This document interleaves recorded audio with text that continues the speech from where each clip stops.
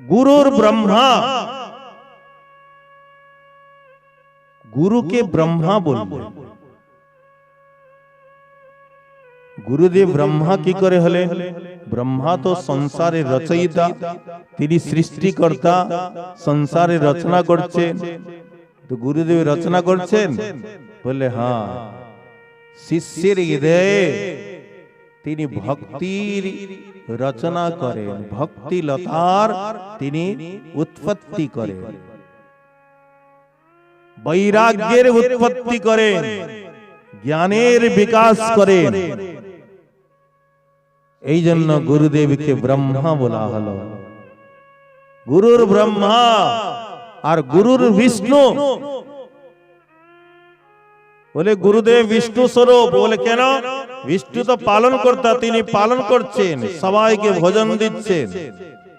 তো গুরুদেব কি সবার পালন করছেন? বলছেন হ্যাঁ, সেই গুরুদেবের যারা শরণাগত, তারা যারা চরণাশ্রয় করিয়াছেন, শরণাগত জনকে তারা সৎ উপদেশ দিয়ে তাদেরকে সেই দিব্য জ্ঞান দিয়ে তার ভক্তির পালন করছেন, তার পুষ্ট করছেন, বৈরাগ্যের পালন করছেন, তার জ্ঞানের বিকাশ করছেন। এই জন্য গুরুদেবকে বিষ্ণু স্বরূপ বলা হলো। গুরুর দেব মহেশ্বর, গুরুকে মহেশ্বর বলা হলো, শিব বলা হলো, শঙ্কর বলা হলো। কেন? ভগবান শঙ্কর, ভগবান মহাদেব তো তিনি সংহার করেন। গুরুদেব কি সংহার কর্তা? বলে তিনি শিষ্যের হৃদয়ে যে অবিদ্যা, উনার শরণাগত ভক্তের হৃদয়ে যে অজ্ঞান অন্ধকার, তার তিনি সংহার করেন। এই জন্য গুরুকে মহেশ্বর বলা হলো। আর গুরুর সাক্ষাৎ পরম ব্রহ্ম, পরম ব্রহ্ম। এই জন্য বললেন ব্রহ্মা, বিষ্ণু, শিব, এ তিনজন মিলে তিনটি কার্য করছেন, আর গুরুদেব একাই তিনটি কার্য করছেন। এই জন্য গুরুদেবকে পরম ব্রহ্ম বলা হয়েছে।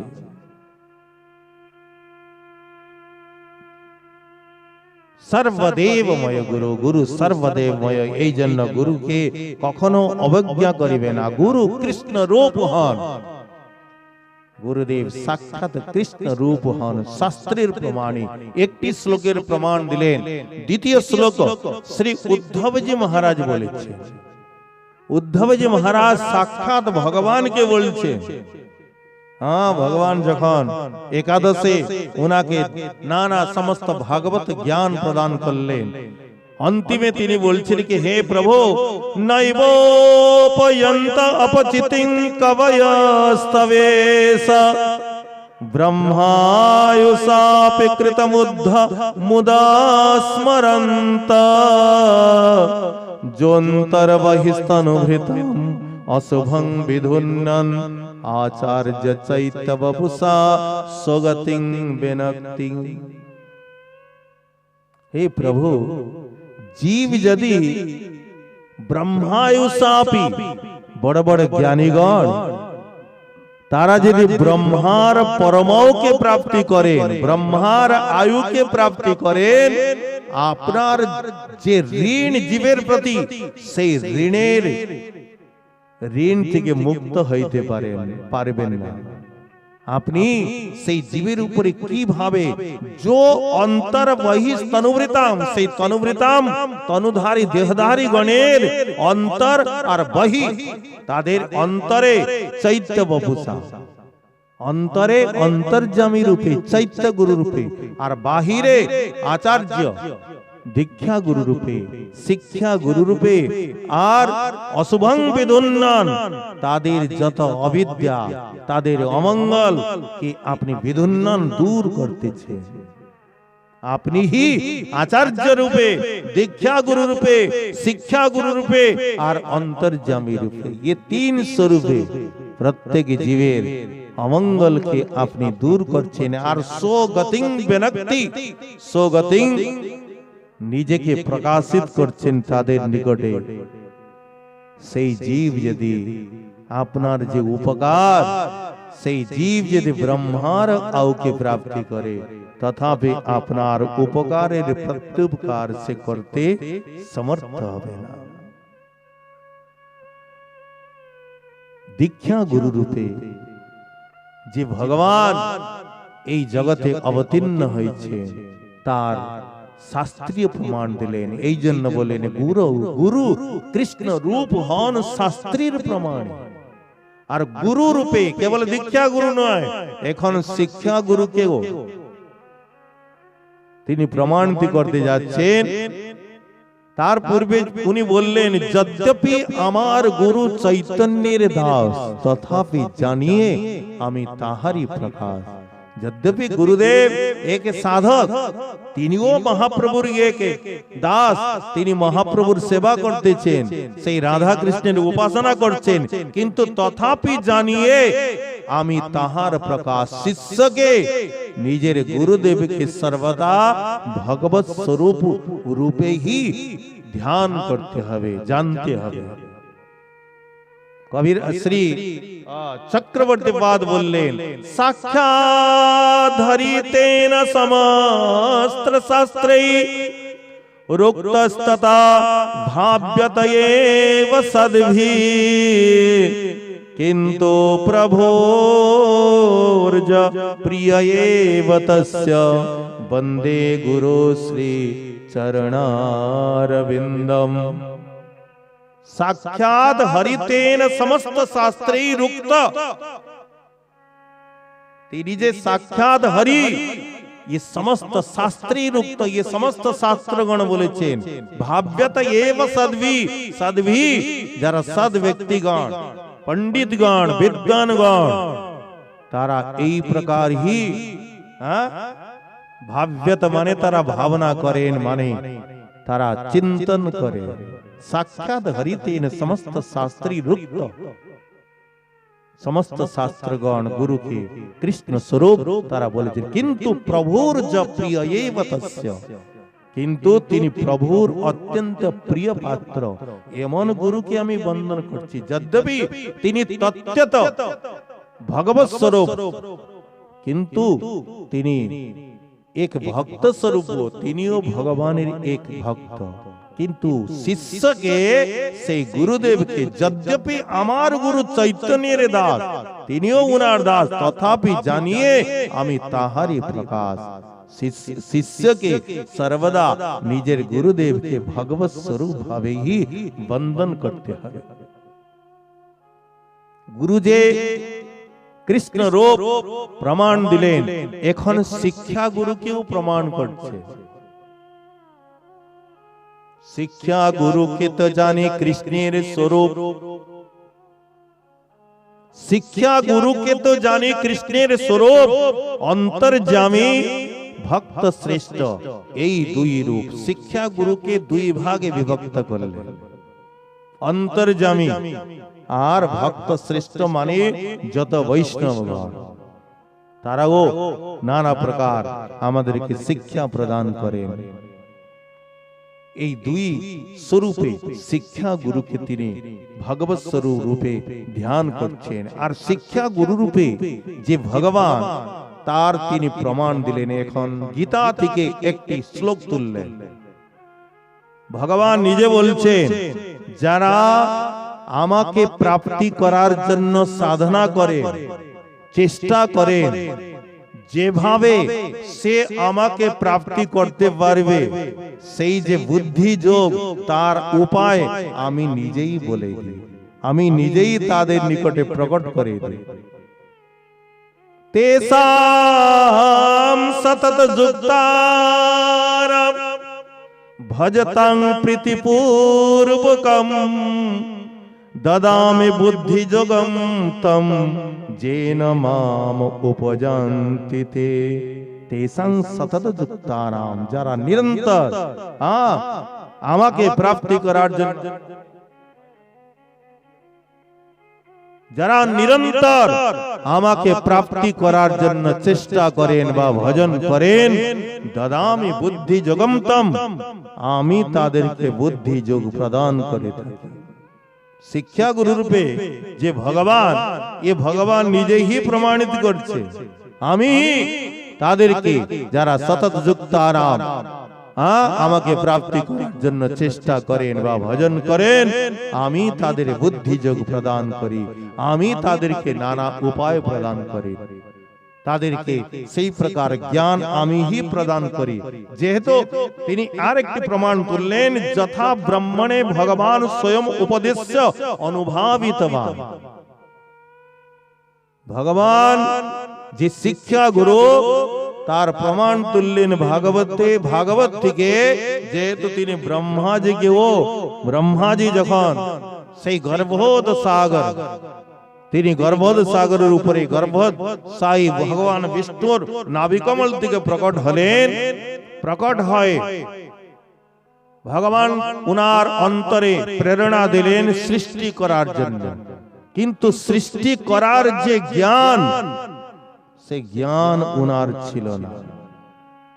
তখন সেই জ্ঞানকে সেই সময় প্রলয়কালীন জল থেকে তিনি দুটো অক্ষর শব্দ শুনতে পেলেন, তপ তপ স্পর্শেষু ষোড়শ একবিংশানাম। স্পর্শ বর্ণের মধ্যে ষোড়শ বর্ণ, একবিংশ বর্ণ, তপ তপ। দুইবার শুনলেন। ব্রহ্মা ভাবলেন আমাকে তপস্যা করার জন্য নির্দেশ হয়েছে, সেই জন্য তিনি দেব তাদের বর্ষে সহস্র বর্ষ পর্যন্ত তপস্যা করলেন, আর তপস্যায় সন্তুষ্ট হয়, আর ভগবান উনাকে সেই জ্ঞান প্রদান করলেন। কবিরাজ শিক্ষা গুরু রূপে যে ভগবান জীবের উপর কৃপা করেন, তার এইখান থেকে প্রমাণ তুললেন, যেহেতু তিনি ব্রহ্মাজিকেও সেই জ্ঞান প্রদান করেছিলেন। জ্ঞানং পরম গুহ্যং মে যদ বিজ্ঞান সমন্বিতম সরহস্যম তদ অঙ্গম চ গৃহাণ গদিতং ময়া। হে ব্রহ্মণ, হে পদ্মজ, জ্ঞানং পরম গুহ্যং, যে পরম গোপনীয় জ্ঞান, সেই জ্ঞান আমি তোমাকে দিচ্ছি। কেবল জ্ঞান নয়, বই পড়া জ্ঞান নয়, কেবল শ্রবণ করা জ্ঞান নয়, যদ বিজ্ঞান সমন্বিত। বিজ্ঞান সমন্বিত মানে অনুভব যুক্ত জ্ঞান, এমনি জ্ঞান নয়। এক কন্যার বিবাহ হলো, তার শাশুমা বলছে,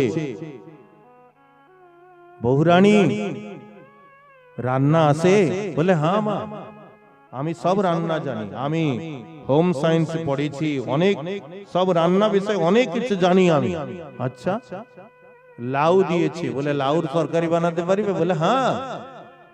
বলে লাউ নাও, লাউর সবজি বানাও, তরকারি বানাও। আসলে সে কোনদিন প্র্যাকটিক্যাল করে নাই, কেবল বইতে পড়েছে, হোম সায়েন্সে বইতে পড়েছে। এখন লাউ দিয়েছে শাশুমা তরকারি বানাবার জন্য, এখন সে বই খুলেছে লাউর তরকারি বানাও। প্রথমে ওখানে লেখা ছিল লাউটাকে ধুইতে বলছে, লাউটাকে ধুয়ো। এখন খালি ধুইতে বলা হয়েছে, আর কিছু লেখা নাই। এখন সে মনে করছে কি দিয়ে ধুবো, সাবুন দিয়ে ধুবো, ডিটারজেন্ট পাউডার দিয়ে ধুবো, শ্যাম্পু দিয়ে ধুবো, আর আগে বাড়তে পারছে না। ভগবান বলছেন আমি সেই প্রকার কোরা জ্ঞান নয়, শ্রবণ করা জ্ঞান নয়, বহির জ্ঞান নয়, যদ বিজ্ঞান, আমার অনুভব যুক্ত যে জ্ঞান, সেই জ্ঞান দিচ্ছি। সরহস্যম, তার প্রাপ্তির যে উপায় তাও দিচ্ছি। তদ অঙ্গম, তার সাধন ভক্তিযুক্ত যে জ্ঞান, সেই জ্ঞান আমি তোমাকে দিচ্ছি। হে ব্রহ্মণ, চতুশ্লোকী ভাগবতে তিনি উপদেশ প্রদান করেছিলেন। আহামেবা সমেবাগ্রে নান্যা যত সৎসদা পরম যত এতচ্চ যোবশিষ্যেত পশ্চাদহম যদ এতচ্চ যোবশিষ্যেত সোস্মিহম। হে ব্রাহ্মণ, যখন কিছুই ছিল না, যখন এই যে চরাচর জগৎ কিছুই ছিল না, অহম এব কেবল আমিই ছিলাম, তখন আমিই ছিলাম, আর কিছুই ছিল না। আর যখন এসব কিছুই থাকবে না, পশ্চাৎ যখন সবকিছু শেষ হয়ে যাবে, পশ্চাৎ বাকি অংশ আমিই, পশ্চাৎ অহম, তখনও আমি থাকবো। আর এখন এই মধ্যখানে তুমি যা কিছু দেখছো, ইয়ে সৃষ্ট বস্তু, ইও আমি। পূর্বে আমি, পরে আমি, আর এখনো আমি, আমার ছাড়া আর কিছুই নাই।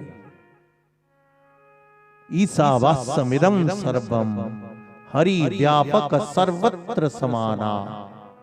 কিন্তু বিচিত্র এই, যে বস্তু আছে তার প্রতীতি হচ্ছে না, আর যে বস্তু নাই তারই প্রতীতি হচ্ছে। তাকে দ্বিতীয় শ্লোকে বললেন, বলে এইটা কি? বলে এইটাই আমার মায়া।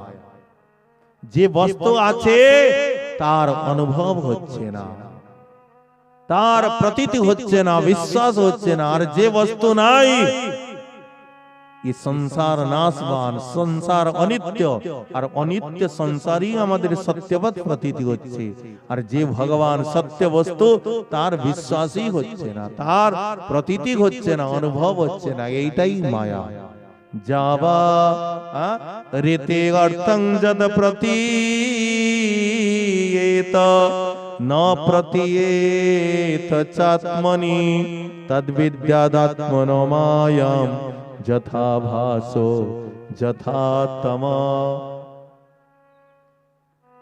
অবিদ্যমান থাকা সত্ত্বেও যে বস্তু নাই, কিন্তু তার প্রতীতি হচ্ছে, তার অনুভব হচ্ছে, তাকেই আমার মায়া জানে, সেইটাই আমার মায়া।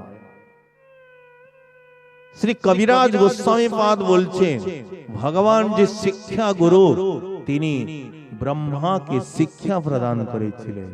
চতুশ্লোকী ভাগবতের তিনি একটি প্রমাণ তুললেন। শিক্ষা গুরু রূপে যে ভগবান, ইয়ে বিল্বমঙ্গল, তিনিও ভগবান শ্রীকৃষ্ণকে শিক্ষা গুরু রূপে প্রণাম করেছেন।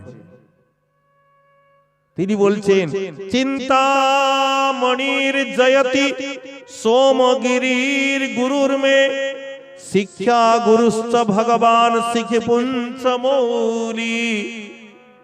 বলে আমার সোমগিরি যুক্ত, সোমগিরি যে আমার দীক্ষা গুরু, উনাকে আমি প্রণাম করছি। হ্যাঁ, উনি জয় যুক্ত হন, উনার জয় হোক। চিন্তামণির জয়তি সোমগিরি গুরুর মে, আমার গুরু সোমগিরি, উনার জয় হোক। আর শিক্ষা গুরুশ্চ ভগবান শিখি পুঞ্চমৌলি। শিখি মানে ময়ূর, ময়ূরে ময়ূর পুচ্ছের মৌলি মানে মুকুট যিনি ধারণ করেন, সেই ভগবান শ্রীকৃষ্ণ, তিনি আমার শিক্ষা গুরু। বিল্বমঙ্গল তিনিও ভগবানকে শিক্ষা গুরু রূপে প্রণাম করেছেন, ধ্যান করেছেন। এতে ইও প্রমাণিত হয় কি এ ভগবান হি শিক্ষা গুরু রূপে তিনি এই জগতে জীবের কল্যাণ করেন। জীবে সাক্ষাৎ নাহি, এখন কবিরাজ আর খুলে দিলেন, কারণ জীবের নিকটে তিনি সাক্ষাৎ স্বরূপে আসতে পারেন না। জীবে সাক্ষাৎ নাহি, তাতে গুরু চৈত্য রূপে। জীবে সাক্ষাৎ নাই, তিনি জীবের নিকটে যদি চানও করুণা করার জন্য, তিনি সাক্ষাৎ স্বরূপে আসতে পারেন না। তাতে গুরু আর চৈত্য রূপে, গুরু রূপে আর চৈত্য মানে অন্তর্যামী রূপে শিক্ষা গুরু, শিক্ষা গুরু হন কৃষ্ণ মহান্ত স্বরূপে। এই শিক্ষা গুরু হন কৃষ্ণ মহান্ত স্বরূপে। এই মহান্ত এখানে সেই শিক্ষা গুরু হন, এক তো অন্তর্যামী রূপ দিলেন, আর দ্বিতীয় রূপ হলো ইয়ে মহান্তগণ। যত মহাত্মাগণ, যত সাধুগণ, বৈষ্ণবগণ, এরাও সব শিক্ষা গুরু। এই জন্য কবিরাজ বলছেন, হে বুদ্ধিমান, হে সজ্জনগণ, হে বুদ্ধিমান ব্যক্তিগণ, এই জন্য অসৎসঙ্গ পরিত্যাগ করে সর্বদা সৎসঙ্গ করিবে, সজ্জনদের সঙ্গ করিবে। আর সেই সাধু রূপে বৈষ্ণব রূপে স্বয়ং ভগবান হি কৃপা করার জন্য তিনি এসেছেন। ততো দুঃসঙ্গ মুসৃজ্য সস্সু সজ্জেত বুদ্ধিমান সন্ত এতস্য ছিন্দন্তি মনব্যাসঙ্গ মুক্তিবি। এই জন্য বুদ্ধিমান যারা বুদ্ধিমান ব্যক্তিগণ দুসঙ্গ মুসৃজ্য অসৎসঙ্গ, দুসঙ্গ মানে অসৎসঙ্গ পরিত্যাগ করে সৎসু সজ্জেত সৎসঙ্গের প্রতি আসক্তি করিবে। সৎসঙ্গে আসক্তি করলে কি হবে বলে সন্ত এতস্য ছিন্দন্তি মনব্যাসঙ্গ উক্তিবিহি। এই সৎ ব্যক্তিগণের প্রতি আসক্তি করলে তারা সৎ উপদেশের দ্বারা এই মনের যত কিছু সংসারের প্রতি মোহ আসক্তি ছিন্দন্তি তারা ছেদন করে সেই উপদেশ বাক্যের দ্বারা। এই জন্য সনাতন গোস্বামী পাদ বলেছেন कि प्रभु বরং ভূত বহু জ্বালা পিঞ্জরার ব্যবস্থিতি। আমাকে একটি লৌহ পিঞ্জরে বন্ধ করে যদি দণ্ড দিবার ইচ্ছা থাকে আমি একটি লৌহ পিঞ্জরে বন্ধ করে আর আমাকে অগ্নি শিখার উপরে রেখে দিবেন, ইয়ে আমাকে মঞ্জুর। আমার কোনো নালিশ নাই, অভিযোগ নাই, কিন্তু জীবনে কোনদিন অসৎসঙ্গ প্রভু দিবেন না। ঋষভ ভগবান বলছেন ये সাধুদের সঙ্গ কি আর অসৎ ব্যক্তিগণের সঙ্গ কি। মহৎ সেবা দ্বার মাহুর বিমুক্তে স্তমো দ্বারম যোষিতাম সঙ্গী সঙ্গম। মহৎ সেবাং দ্বার মাহুর বিমুক্তি। মহৎ গণের যে সান্নিধ্য, মহৎ গণের যে সঙ্গ, ইয়ে হচ্ছে মুক্তির দ্বার, দ্বার মাহুর বিমুক্তি।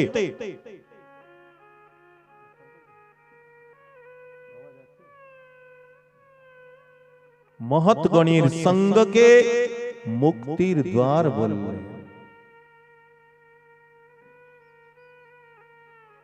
আর বিষয়ী ব্যক্তিগণের সঙ্গকে স্তমোদ্বারম যোষিতাম সঙ্গী সঙ্গম। বিষয়ী অসৎ ব্যক্তিগণের সঙ্গকে স্তমদ্বার মানে নরকের দ্বার বলা হয়েছে। এই জন্য কবিরাজ বলছেন, এই জন্য সৎ ব্যক্তিগণের প্রতি বুদ্ধিমান ব্যক্তিগণ আসক্তি হবেন। আর এই মহাত্মা গণের প্রতি আসক্তি করলে কি হয় বলে সতাং প্রসঙ্গান মম বীর্য সংবিদো ভবন্তি হৃৎকর্ণ রসায়না কথা তজ্জোষণা দাস অপবর্গ বর্তমনি শ্রদ্ধা রতির ভক্তির অনুক্রমিষ্যতি। সতাং প্রসঙ্গান মম বীর্য সংবিদ। এই সাধুদের সঙ্গে, এদের প্রকৃষ্ট রূপে সঙ্গে কি হয় মম বীর্য সংবিদ, আমার মাহাত্ম্য প্রকাশক সমস্ত কথা হয়। আমার গোবর্ধন ধারণ লীলা কথা হয়, আমার রাস বিহার কথা হয়, আমার কালীয় দমন কথা হয়। সে কথা কেমন আমার লীলা কথা বলেন হৃৎকর্ণ রসায়ন কথা, যে হৃদয়কে এবং কানকে রসায়ন স্বরূপ।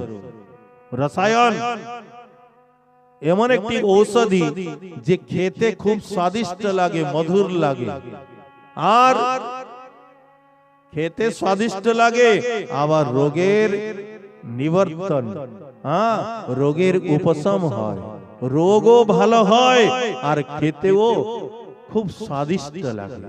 তাকে রসায়ন বলা হয়। ये ভগবত চরিত্র তদ্রূপ রসায়ন স্বরূপ, যে শ্রবণ করতে অত্যন্ত মধুর লাগে আর ভবরোগের যে সেই রোগকে দূর করায় কথা।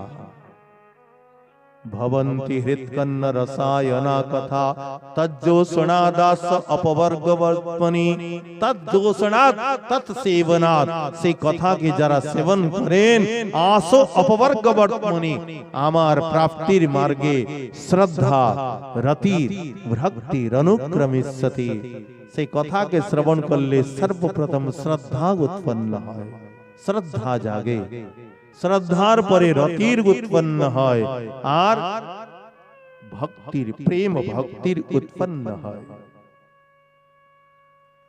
सही जन्म बुद्धिमान व्यक्ति के असत्संग परित्याग करे सर्वदा साधुगणेर प्रति आसक्ति करा दरकार ईश्वर स्वरूप भक्त तार अधिष्ठान भक्तिर हृदय कृष्णेर सतत विश्राम ये भक्तगण साक्षात भगवत स्वरूप ईश्वर स्वरूप भक्त तार अधिष्ठान সেই ভক্তদের হৃদয়ে তার মানে গোবিন্দের অধিষ্ঠান এই জন্য ঈশ্বর স্বরূপ তারা ঈশ্বর সাক্ষাৎ ভগবত স্বরূপ ভক্তগণ আর ভক্তের হৃদয়ে কৃষ্ণের সতত বিশ্রাম সেই ভক্তগণের হৃদয়ে সর্বদা ভগবান বিশ্রাম করে ভগবান যে বিশ্রাম করেন এ ভগবান নিজেই বলেছেন দুর্বাসাকে হে দুর্বাসা ঋষি সাধব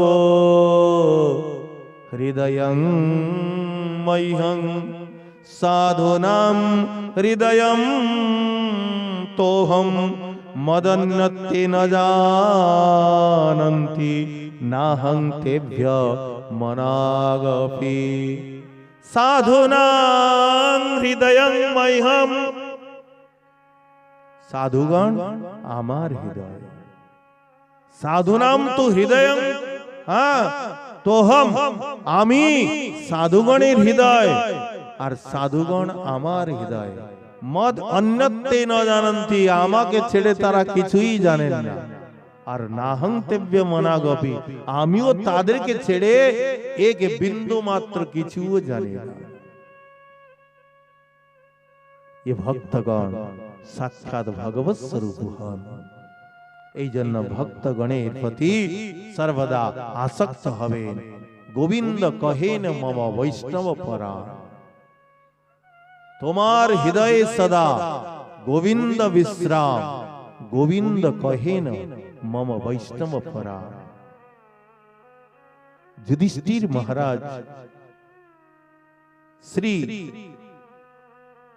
বিদুরজিকে বলছেন বিদুরজি যখন তীর্থযাত্রা থেকে ফিরে এসেছেন তো বিদুরকে বলছেন কি হে কাকা আপনি কোথায় কোথায় গিয়েছিলেন আমি অমুক তীর্থে গেলাম আমি অমুক তীর্থ দর্শন করেছি তখন সে যুধিষ্ঠির মহারাজ বলছেন আপনাদের মতো ভক্তগণ সাক্ষাৎ তীর্থস্বরূপ আপনারা স্বয়ং তীর্থস্বরূপ আপনারা তীর্থ ভ্রমণ করতে যান নিজেকে পবিত্র করার জন্য নয় বরং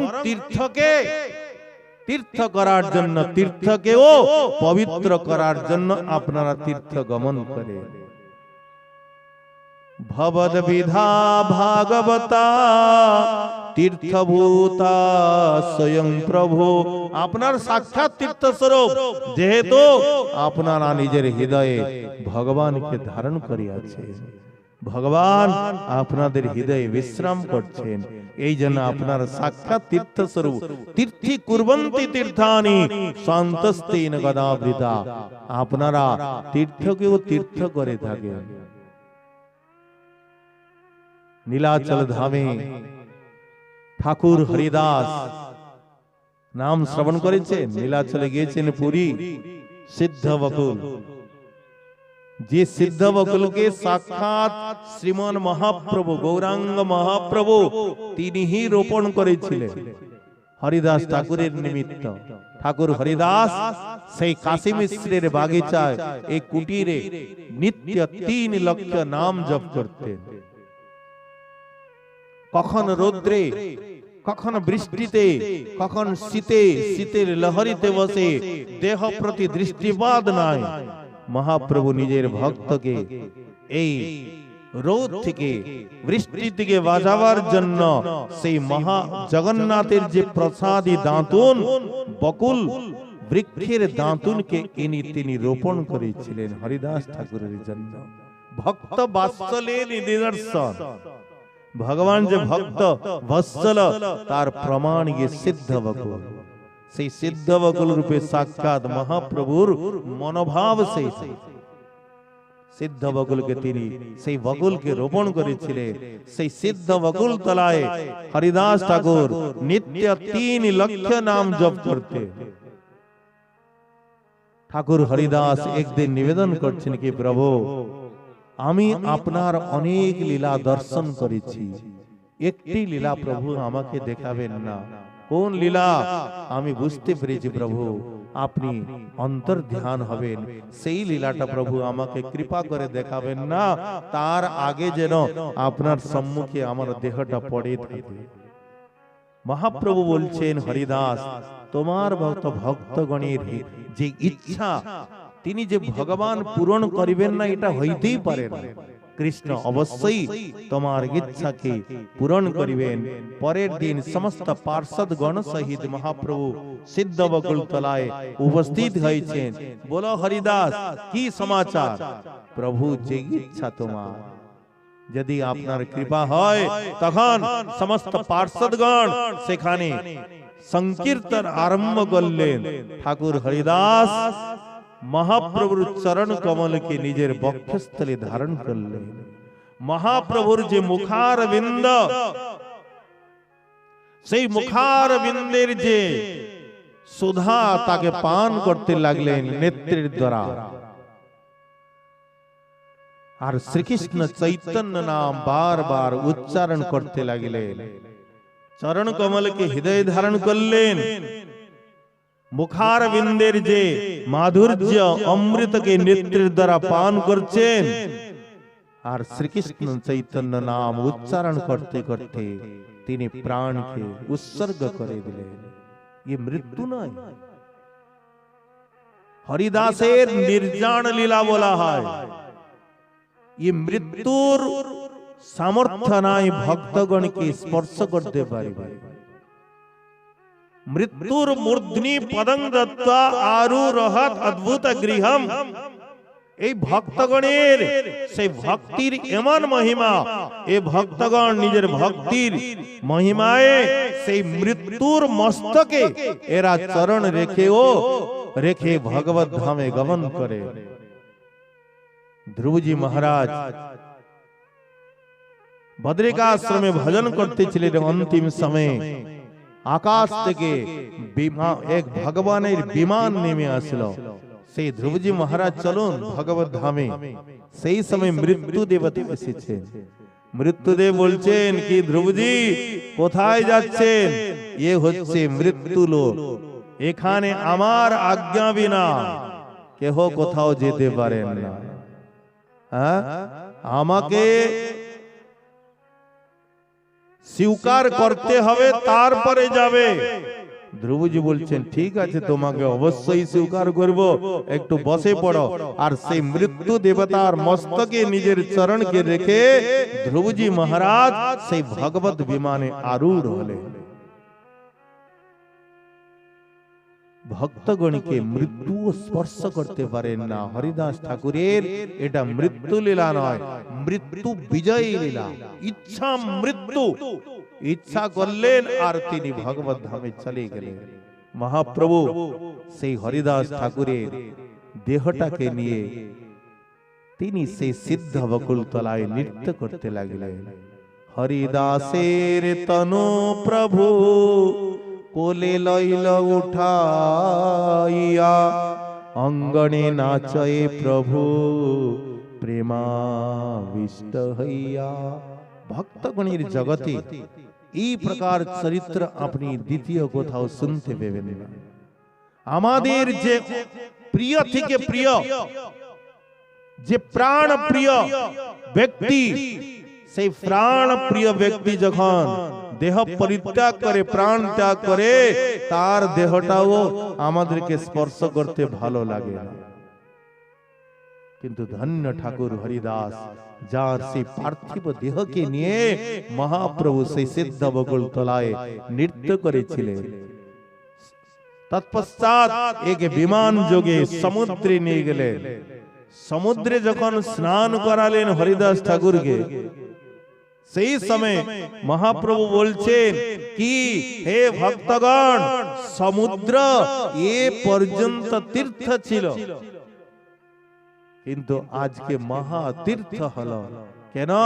আমার হরিদাসের স্পর্শে প্রভু কহে সমুদ্র এই মহা তীর্থ হইল। সমুদ্র আজকে মহা তীর্থ হলো। হরিদাস এ ভক্তগণের এমন মহিমা। তাই এখানে বলছেন কি, এ ভক্তগণ তীর্থি কুর্বন্তি তীর্থানি, এরা নিজের হৃদয়ে ভগবানকে ধারণ করে, এই জন্য তীর্থকেও এরা তীর্থ করে থাকে। সেই ভক্তগণ হয় দ্বিবিধ প্রকার, পারিষদক একে সাধক গণ আর। সেই ভক্তগণ দুই প্রকার, কিছু সাধকগণ হন আর কিছু ভগবানের পার্ষদগণ হন। প্রথম শ্লোকে 14টি শ্লোকে কবিরাজ মঙ্গলাচরণ করলেন। এই প্রথম শ্লোকে তিনি সর্বপ্রথম নিজের গুরুকে প্রণাম করলেন। বন্দে গুরুন, গুরু পরম্পরা, দীক্ষা গুরু এবং শিক্ষা গুরুকে প্রণাম জানালেন। দ্বিতীয় তিনি বলছেন গুরুন ঈশ ভক্তান, সেই ভগবানের ভক্তগণকে আমি প্রণাম করছি। এই ভক্তগণ দুই প্রকার, এক পার্ষদগণ আর এক সাধকগণ। আর তিনি এখানে গুরু গণকে প্রণাম করলেন। ঈশ ভক্ত মানে শ্রীবাসাদি ভক্তগণকে প্রণাম জানালেন। ঈশাবতার গান, অদ্বৈত আদি ভগবানের যত অবতার, সেই অবতার গণকে তিনি প্রণাম জানিয়েছেন। শিক্ষা গুরু স্বরূপে এখানে কবিরাজ গোস্বামী পাদ এই গোস্বামী গণকেও প্রণাম জানিয়েছেন। মন্ত্র গুরু আর যত শিক্ষা গুরুগণ, তা সবার আগে করি চরণ বন্দন। শ্রী রূপ সনাতন ভট্ট রঘুনাথ, শ্রীজীবী গোপাল ভট্ট দাস রঘুনাথ, এই ছয় গুরু শিক্ষা গুরু যে আমার, তা সবার পাদ পদ্মে কোটি নমস্কার। ये षडगोस्वामी वृंद के जय। रूप सनातन भट्ट रघुनाथ, श्रीजीवी गोपाल भट्ट दास रघुनाथ, এই ষড়গোস্বামী বৃন্দকে তিনি নিজের শিক্ষা গুরু রূপে প্রণাম করলেন। ঈশাবতার গান, শ্রী অদ্বৈত প্রভু। ঈশ ভক্ত মানে, ঈশ মানে শ্রীমান মহাপ্রভু, সেই ঈশের ভক্ত শ্রীবাসাদি ভক্তগণকে প্রণাম জানালেন। আর ঈশের অবতার মানে অদ্বৈত প্রভু, ই হচ্ছেন ভক্ত অবতার, ঈশাবতার। সেই অদ্বৈত প্রভু আদি অবতার গণকে প্রণাম করলেন। ঈশ্বরের অবতার এ তিন প্রকার, অংশাবতার আর গুণাবতার, সত্যাবেশ অবতার তৃতীয় এমত। অংশ অবতার পুরুষ মৎস্যাদিকে যত। এই যে অবতার গণকে এখানে ভক্ত অবতার গণকে, এ অবতার কে? অবতার গণকে প্রণাম করতে গিয়ে তিনি কাকে প্রণাম করছে? আরে এখানে বহু বচন লাগিয়েছে। অবতার, অংশাবতার, গুণাবতার আর সত্যাবেশ অবতার, এই তিন প্রকার অবতারের তিনি বিভাগ করলেন। অংশাবতারকে পুরুষ আর মৎস্যাদিকে যত পুরুষ অবতার আর মৎস্যাবতার আদি যত অবতার আছে। পুরুষ অবতার কাকে বলা? দেখুন, আমরা শ্রী নিত্যানন্দ মহিমায় এই পুরুষ অবতার সম্বন্ধে আমরা শ্রবণ করেছি। যখন মহাপ্রলয় হয়ে যায়, যখন গিয়ে চরাচর জগৎ কিছুই থাকে না, আত্যন্তিক মহাপ্রলয় যখন হয়ে যায়, তখন সবকিছু জলময় হয়ে যায়। ভগবানের ধাম থাকে সেই কারণ সাগরের বাইরে, কিন্তু এই জগতে কোন বস্তু গিয়ে সৃষ্ট জগৎ কিছুই থাকে না। তখন সেই ভগবান এক স্বরূপে সংকর্ষণ ভগবান এক স্বরূপে তিনি সেই কারণ সাগরের জলের উপরে শয়ন করে। কেন শয়ন করে?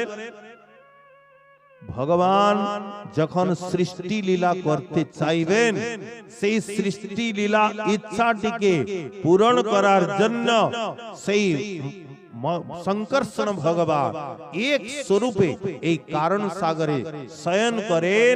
ইনাকে প্রথম পুরুষ মহাবিষ্ণু বলা হয়। ইনাকে প্রথম পুরুষ মহাবিষ্ণু বলা হয়। ইনি যখন মায়াতে দৃষ্টিপাত করেন, অনন্ত কোটি ব্রহ্মাণ্ড গণের সৃষ্টি হয়। সমস্ত ব্রহ্মাণ্ডের মধ্যে তিনি প্রবেশ করেন, ব্রহ্মাণ্ডের গর্ভে প্রবেশ করেন। এই জন্য ইনাকে দ্বিতীয় পুরুষ গর্ভোদশায়ী বলা হয়। তিনি প্রথম পুরুষ কারণাবধি, অবধি মানে সাগর, যিনি কারণ সাগর শয়ন করেন উনাকে কারণাবধিশায়ী প্রথম পুরুষ বলা হয়। আর ব্রহ্মাণ্ডের গর্ভে প্রবেশ করে সেখানে আধা ব্রহ্মাণ্ডকে নিজের ধর্মজলে পূর্ণ করে সেই গর্ভোদশাগরে তিনি শয়ন করেন।